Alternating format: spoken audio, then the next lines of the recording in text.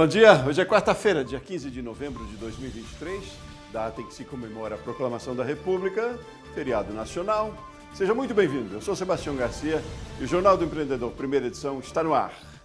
Onda de calor em todo o Brasil e cervejarias lançam novos produtos pensando no aumento do consumo. E o verão nem começou, mas já tem empreendedor de olho na próxima estação para aumentar as vendas. E em São Paulo, a Prefeitura amplia em 50% o número de cooperativas habilitadas para fazer a reciclagem de resíduos na cidade. Tudo isso e muito mais agora no Jornal do Empreendedor, primeira edição.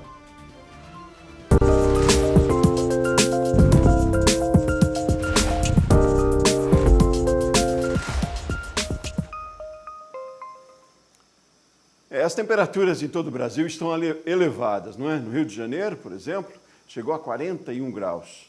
À exceção do Sul, todas as regiões do país estão com alerta de calor até o fim de semana. Essa temporada de sol e calor é ideal para beber muita água e, por que não, uma cerveja gelada também.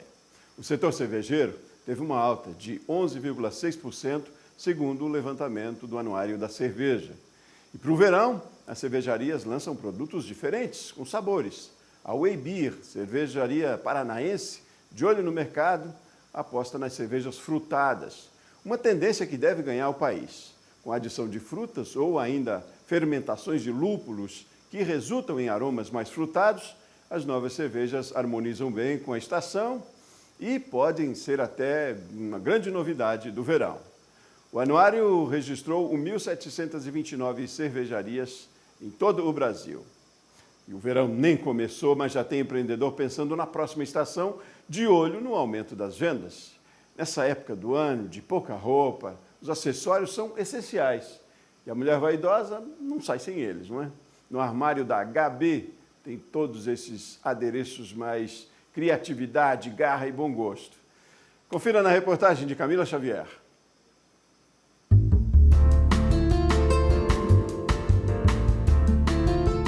A Gabi veio do interior de Minas Gerais para estudar e tentar a vida na capital federal. Na época, com 17 anos, ela viu a oportunidade de empreender com bijuterias e semijoias artesanais, que ela mesma criava. Um determinado dia aqui em Brasília, eu vi umas peças e eu não tinha a condição financeira de comprar aquelas peças. Falei, vou comprar o material para fazer, fiquei imaginando como fabricava. E aí eu fiz a peça. E no dia que eu cheguei na faculdade, quiseram comprar a peça. Não tinha nem acabamento direito e eu vendi. E aí tudo que eu fazia, eu vendia. Foi aí a ideia de aprimorar isso, de aumentar essa produção. Eu comecei a desenhar, fazer os croquis das peças que eu imaginava, que eu queria produzir, que eu queria ver as pessoas vestidas.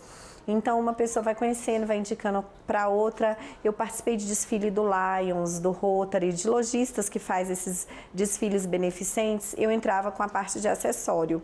E ali todo mundo foi me conhecendo e eu dando um atendimento em casa, personalizado. A veia empreendedora pulsava desde os 9 anos de idade.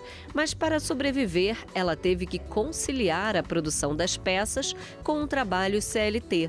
Até que o negócio com as bijuterias literalmente saiu do armário. Ser empreendedora é um sonho que eu tenho de criança. Eu comecei a vender Avon, eu tinha 9 anos de idade, então eu sempre gostei de vender, sempre gostei de comércio. E eu me identifiquei com a bijuteria, com a semijoia, com a criação de uma tal maneira que assim, eu não sei fazer outra coisa, eu sei mexer com semijoia e bijuteria.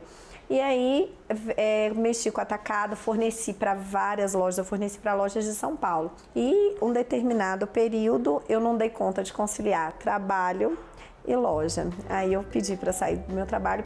No auge do empreendimento, um problema nas mãos a impossibilitou de continuar a produção.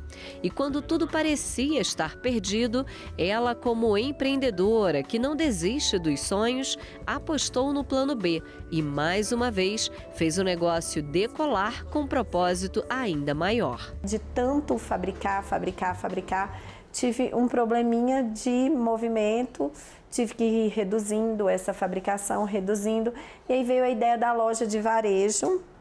Aí eu já estava com 21 anos, mais ou menos. Aí veio a ideia da loja de varejo e eu comecei a buscar fornecedores que tinham peças que pareciam com a minha fabricação, que eu me identificava. Então eu tinha uma vantagem, todo produto que eu vendia eu entendi, conhecia da matéria-prima. Então você falar com propriedade de um produto que você vende, que você acredita, é mais fácil, sem dúvida. Então abri a loja e aqui estou há 17 anos. O armário da Gabi até parece uma casa de boneca. Aqui tudo remete ao rosa. E as tendências da moda já podem ser vistas na vitrine. Para esta estação, as flores da primavera refletem nas joias. Eu quis a leveza da organza, porque tá usando muito rosa. E aí tá todo mundo usando muito rosa pink. Eu quis colocar um rosa seco para dar uma diferenciada. Quis iluminar com a borboleta, porque a gente está na estação de verão. Primavera, verão é uma estação alegre e deu uma leveza.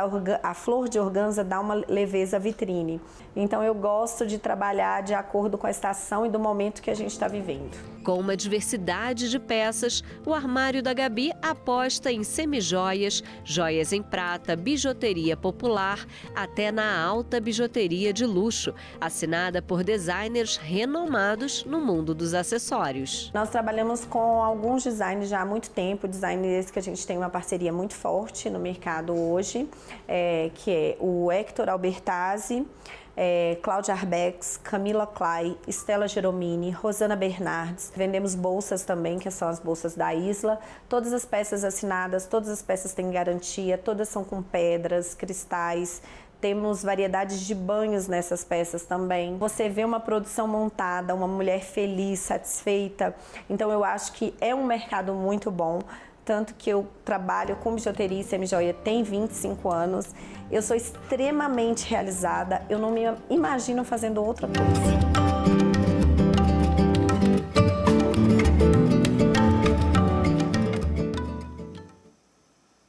E as cariocas vão ter a oportunidade de criar as suas próprias peças de bijuterias. Amanhã vai ser inaugurada na sede da Associação de Mulheres da Praia do Rosa, no Rio de Janeiro, o projeto Biojoias. E ele vai ensinar mulheres a produzirem brincos, colares e pulseiras feitas de escama de peixe. O objetivo é qualificar as mulheres da região e garantir emprego e renda local. E é importante mesmo, né, que as mulheres busquem conhecimento para gerir melhor seus negócios e, por consequência, vender mais. E é o que revela um estudo realizado pela aceleradora Bilebs, com 350 mulheres no Nordeste. Ele mostra que 71% delas passaram a precificar melhor os produtos ou serviços oferecidos depois de participarem do Efeito Furacão, um programa de pré-aceleração oferecido pela Bilebs. E aí quem conversa com a gente sobre esse estudo é Marcela Fuji, fundadora da Bilebs. Oi Marcela, bom dia, tudo bem? Bom dia, tudo bem? Obrigada pelo convite, é um prazer estar aqui com vocês. Ótimo, obrigado você por ter aceitado o nosso convite, pela gentileza. Me fala um pouquinho mais da pesquisa, Marcela, que outros dados ela traz? Bem, essa pesquisa ela nasceu com o intuito de compreender melhor os impactos do nosso programa de pré-aceleração, chamado Efeito Furacão, na vida e nos negócios dessas mulheres. Além disso, a gente espera contribuir ainda mais com o fomento do empreendedorismo feminino, a formulação de políticas públicas e de ações empresariais e promover a visibilidade e a oportunidade a essas mulheres. Além da precificação, de 71% delas passam a precificar melhor os produtos, um dos maiores impactos causados a mulheres que passaram pelo nosso programa é a virada de mentalidade, a melhora da autoestima que impulsiona esses negócios. O nosso programa de pré-aceleração é um programa que traz não apenas o ferramental, o plano de negócio, as finanças, o marketing, mas é um programa criado pensando as mulheres, o contexto que essa mulher está inserida na sociedade. Então, é importante, a gente traz muito toda essa dificuldade que ela tem de gerir tudo, a exemplo do tema do Enem, da redação do Enem, a educação, a economia do cuidado, ela tem jornada dupla, tripla, por vezes quádruplas, ela é imbuída de vieses inconscientes, ou seja, ela não se enxerga empreendedora. Então, o programa, ele traz isso. Essa pesquisa, ela mostrou para a gente que 82% dessas mulheres acreditam que adquiriram habilidades para gerir melhores os seus negócios depois do programa. Me fale um pouquinho, Marcela, sobre o perfil das mulheres e quantas elas são que participaram do programa, né? Porque a pesquisa é um retrato de quem participou do programa, né? Quantas Exato. foram, quantas que participaram e qual é o perfil dessas mulheres? Olha, elas são 40, nós somos, no programa hoje, a gente termina 2023 com 2.300 mulheres que passaram pelo nosso programa. Na época da pesquisa, que foi feita em junho de 2023, 1.600 mulheres tinham passado pelo programa, por isso que nós temos uma amostra de respostas de 350 mulheres. A média de idade dessa mulher é de 40,5 anos, né? 62% delas são pretas, mulheres negras, né? Negras e pardas, 47% são casadas, 77% delas têm filhos e 60% são chefes de família. Me diga uma coisa, você tem um exemplo de algum case que tenha lhe chamado bastante atenção, dessas mulheres que participaram, que tiveram a realidade mudada, transformada a partir do programa de pré-aceleração, de uma nova realidade que também serve de referência para outras mulheres, outras meninas que vêm na sequência? Você lembra de um case que tenha lhe chamado bastante atenção? Tem muitos. São muitas que realmente passam pelo nosso programa e têm um índice de sucesso muito grande depois que passaram pelo nosso programa. Na cabeça me vem uma mulher chamada Gerlane, ela é de Alagoas, né, Maceió. Ela passou pelo nosso programa em 2021. E ali ela tinha uma escola, ela queria abrir uma escola de costura e tudo ainda estava muito na pandemia, né? Aquele ambiente pandêmico, muito tudo no online. Então, durante o nosso programa, ela estruturou essa escola de costura online. Ela passou pelo primeiro volume do nosso programa, que é o Efeito Furacão Volume 1. Continuou desenvolvendo a sua escola. Depois ela passou pela continuação do nosso programa, a gente também tem o volume 2. Depois disso ela conseguiu abrir o seu espaço físico. Hoje ela já é chamada pelo Senac para dar palestras sobre a arte, né, de costurar. Ela realmente, o faturamento dela triplicou 3 vezes. Então isso tudo mostra, né, a importância de capacitação especializada para essas mulheres, né? E a gente não fala de uma capacitação que não considera o contexto da mulher na sociedade. É importante entender aonde ela está inserida para poder aplicar essa capacitação. O nosso programa conta também com mentorias individuais, é onde a gente consegue mergulhar na vida dessas mulheres e entender de fato como é que a gente pode ajudá-las. Nossa, ela é mais do que uma capacitação técnica, né? As transforma mesmo para a vida, para o dia a dia, né? Reflete o potencial que todas têm, né? Marcela Fuji, fundadora da Bilebs, muito obrigado pela sua participação aqui com a gente. Parabéns pelo trabalho que vocês desenvolvem aí. Muito obrigada, tenha um bom dia. Muito bem, bom dia e seguimos na sequência. No próximo bloco você vai conhecer uma loja que inspira em Brasília na criação de peças de roupa. A gente volta já já.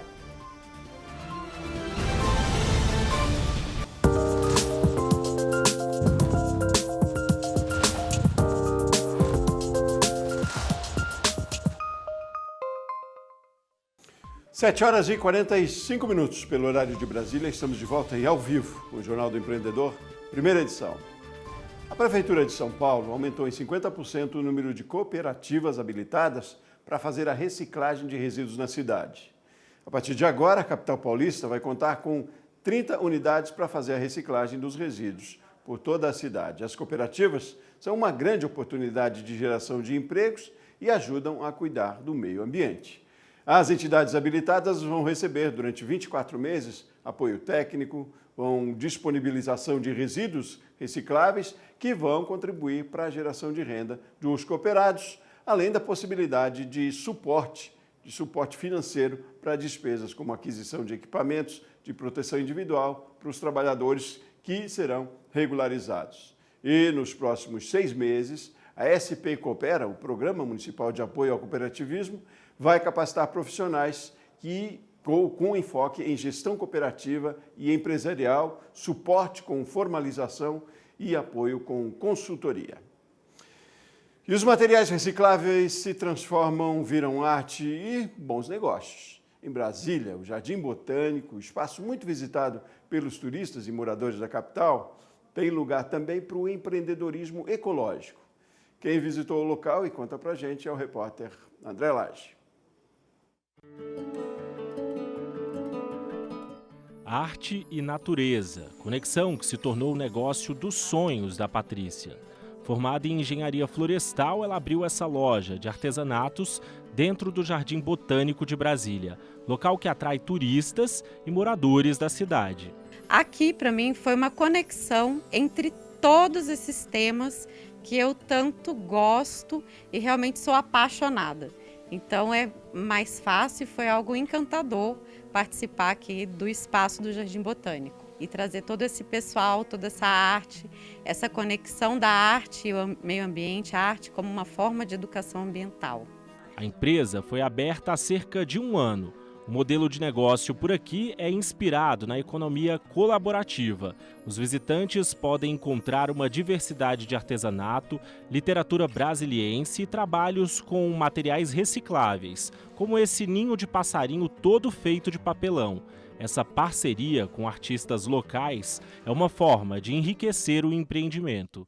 A ideia é trazer oportunidade também para os artesãos e artistas de Brasília e isso ajuda também, né, no empreendedorismo não tem aquilo de você sempre estar inovando. O artista, por si só, ele é inovador, ele não gosta de fazer de novo e de novo a mesma coisa. Então, assim, toda vez que alguém vem aqui, uma segunda vez, uma terceira vez, ele encontra uma novidade do mesmo artista, mas tudo muda. A loja fica muito mais dinâmica e rica. E a Patrícia não vende apenas obras de arte de outros artesãos da cidade. Ela também coloca as mãos na massa. Olha ela aqui, confeccionando bonecas inspiradas em etnias indígenas brasileiras. Para além da realização pessoal, o negócio tem apresentado bons resultados financeiros. Eu não imaginava que a gente ia receber tanto turista quanto a gente recebe. Realmente o Jardim Botânico é um local turístico. Vem gente de todo o Brasil e gente do mundo todo visitar o espaço. Então tem sido muito rico, nós estamos procurando sempre parceiros novos para estar atuando até dentro da loja, porque a gente viu que tinha realmente a necessidade de ter vendedores, por exemplo, falando outras línguas, então está bem interessante isso, assim, foi uma descoberta para mim. O Samuel é um dos artesãos que expõe no espaço Artesanato Botânico. Focado na sustentabilidade, ele produz brincos, chaveiros e imãs de geladeira. Tudo feito de papel reutilizado. A exposição dos produtos se tornou uma das principais fontes de renda. Ter um lugar fixo é legal porque os clientes, às vezes, por ser um trabalho que as pessoas às vezes não conhecem, né, precisa ter uma referência, né? Então, um lugar que ela pode ver, apreciar e depois voltar e fazer a compra, né? Ou ir e conversar diretamente com o artesão, né? Conhecer o trabalho do artesão diretamente com o artesão. Tem uma característica que você trabalha com arte, você não vende só um trabalho comercial, né? Tem um afeto, né, entre a arte e a pessoa que está comprando. O descuido com atividades consideradas secundárias no dia a dia é uma das principais causas de desastres na produtividade pessoal. O alerta é de especialistas que recomendam clareza na definição de ações para se atingir os objetivos. E é assunto da nossa conversa hoje com Tiago Alves, instrutor de treinamento GTD. Oi, Tiago, bom dia, tudo bem? Olá, bom dia, Sebastião. Bom dia a todos que nos assistem. Ótimo, obrigado, viu? No feriado, você aí disposto a conversar com a gente? O tema é importante, né, Tiago? Tiago, me diz, qual é a importância de esclarecer, de definir quais os resultados, né? Independentemente aí da magnitude, do tamanho, para, com isso, aumentar a eficiência pessoal? É importante para a gente conseguir dar andamento aos diversos projetos que a gente tem. Então, sendo um projeto grande ou pequeno, é importante a gente definir qual é a ação que a gente tem para executar em cada um deles, porque a gente precisa ter esse inventário claro, porque senão os projetos começam a se acumular e aí a gente chega no final do ano, percebe que tem um monte de coisa que ficou parada ao longo do ano. Então é importante a gente ter esse inventário do que precisa fazer para que esse projeto continue em andamento, independente do tamanho que ele tenha, sendo grande, pequeno, simples ou complexo. A gente precisa ter clareza sobre o que fazer. Então, esses projetos considerados não tão importantes, eles representam um perigo e podem, no final das contas, impactar negativamente aí no progresso geral. Sim, eles são muito importantes para a gente ter um olhar sobre eles. Muitas vezes, o empreendedor no negócio dele tem diversos projetos, porém, muitas vezes, ele vai focar naquilo que é mais estratégico, justamente para visar o crescimento do negócio dele. E aquilo que é mais de cunho operacional acaba ficando um pouco de lado. Só que aquele projeto que antes eu poderia trabalhar nele como uma opção, em um determinado momento ele pode virar algo urgente, algo que eu tenho que parar tudo para resolver. Então é importante você ter esse inventário para saber quais são as ações, o que você pode caminhar pouco a pouco, para que lá na frente, aquilo que era uma ação pequena vire algo muito maior. Então, por isso que é importante ficar de olho, não deixar isso de lado, não negligenciar, mesmo que seja algo muito simples que parece que não tem importância, que pode fazer depois, outras coisas vão passando na frente e acaba que fica ali no fundo da gaveta aquele projeto menor. Pois é, Tiago, mas tem umas armadilhas, né? A gente pensa que é pequeno e vai deixando, e aí tem problemas urgentes que podem se complicar, porque como é que a gente se livra dessas armadilhas no dia a dia? Como ficar Isso aí, atento a aham. elas? Boa, ó, muitas vezes no nosso dia a dia a gente fica mais atento àquilo que é estratégico ou aquilo que é mais urgente agora, né? Muitas vezes o empreendedor tem aquela sensação de que passa o dia apagando incêndio. Mas é importante a gente ter consciência que esse incêndio que a gente está apagando hoje, lá atrás ele poderia ter sido alguma coisa muito simples que a gente acabou deixando de lado. Então, por isso que é importante ter atenção com as coisas pequenas, porque lá na frente pode virar algo muito grande. Só o fato do empreendedor ter ali listado todos os passos que ele precisa fazer dos projetos atuais, ele consegue avaliar aquilo que é prioritário no momento, mas sem deixar de lado as atividades menores. E, inclusive, olhando essas atividades menores, ele pode até avaliar se ele que precisa executar. Porque às vezes é uma atividade muito simples que ele vai deixando de lado porque ele tem uma outra visão, ele tem outras coisas para cuidar. Então ele pode simplesmente avaliar que aquilo ali é algo que é bom de fazer, é algo que importa, mas que pode ser executado por uma outra pessoa. E aí ele delega. Então ele delega e faz esse acompanhamento para garantir que essas ações menores vão tendo vazão, mas sem que ele perca o foco na estratégia do negócio dele. Uhum. E como o método GTD pode ajudar aí na gestão eficaz de projetos, especialmente quando se trata de definir as próximas ações? Sim, o GTD vai ajudar a gente em alinhar tudo aquilo que eu tenho para fazer. Então, ao longo do dia, o gestor, o empreendedor, vai identificando itens que ele vai chegando até ele, capturando por e-mail, mensagens. Naquelas informações ali que vão capturando, podem ter projetos. E projeto para o GTD é muito simples. Qualquer resultado que eu queira atingir, que tenha vários passos. Então, o GTD já vai chamar de projeto, como se fosse uma tarefa grande. Então, eu preciso ter um inventário dos meus projetos, que são as tarefas maiores, e as ações, que são aqueles passos para que os projetos caminhem. Tendo esses dois locais, eu consigo ter uma visão mais estratégica e consigo ser mais produtivo. Porque, na prática, o projeto é onde eu quero chegar. As minhas ações é o passo que eu dou em direção àquela linha de chegada. Então, muitas vezes, o empreendedor pode ter simplesmente o resultado que ele quer atingir listado, mas ele não tem aquela atividade escrita, que é aquele passo menor que vai garantir que ele vai caminhar com uma ação. E às vezes, essa ação é tão simples que ele consegue resolver em 2 minutos. Pode ser uma ação de mandar um e-mail para alguém perguntando, de fazer uma ligação, de delegar algo. Então, por isso que é importante a gente ter sempre esses dois elementos.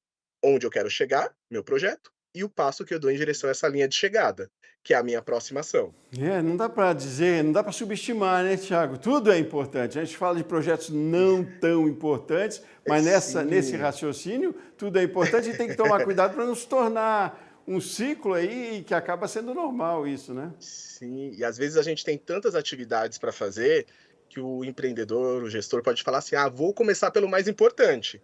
Só que isso na prática é uma armadilha, porque tudo que tem ali é importante. Porque na vida a gente já tem tanta coisa para fazer que a gente não tem tempo para perder com aquilo que não é importante. Então, na prática, tudo que tem na sua lista é importante. Mas aí o empreendedor pergunta: qual é o mais relevante para fazer agora? O que tem um impacto maior? E aí eu dou a minha atenção para aquilo que tem um impacto maior, mas sem perder de vista aqueles outros itens que têm também um impacto menor, porque futuramente ele pode virar um incêndio. Então eu deixo de perguntar o que é importante, mas vou trabalhando com aquilo que é relevante no momento e também sabendo que a relevância vai mudando ao longo do dia. Então, uma atividade que eu considerava relevante pela manhã, à tarde pode não ser mais. Então, a gente tem sempre que ter em mente que o planejamento vai mudando, porque às vezes a gente fica um pouco chateado de ter estruturado o dia inteiro e acontece uma situação que muda todo o planejamento. A gente já vai partir da premissa que o planejamento vai mudar. A gente só não sabe por que que ele vai mudar. Pode ser por uma coisa simples ou complexa, mas ao longo do caminho a gente vai fazendo alguns ajustes. É equilíbrio, dinamismo, né? Não dá para ficar engessado também no projeto. Sim. Tiago, mais uma vez, obrigado pela sua participação aqui com a gente. Foi muito bom conversar com você hoje. Um bom dia. Obrigado, Sebastião. Bom dia e até a próxima. Muito bem, assim a gente termina essa edição do Jornal do Empreendedor. A próxima edição é às 11h30. Eu e minha equipe esperamos por você. Até mais.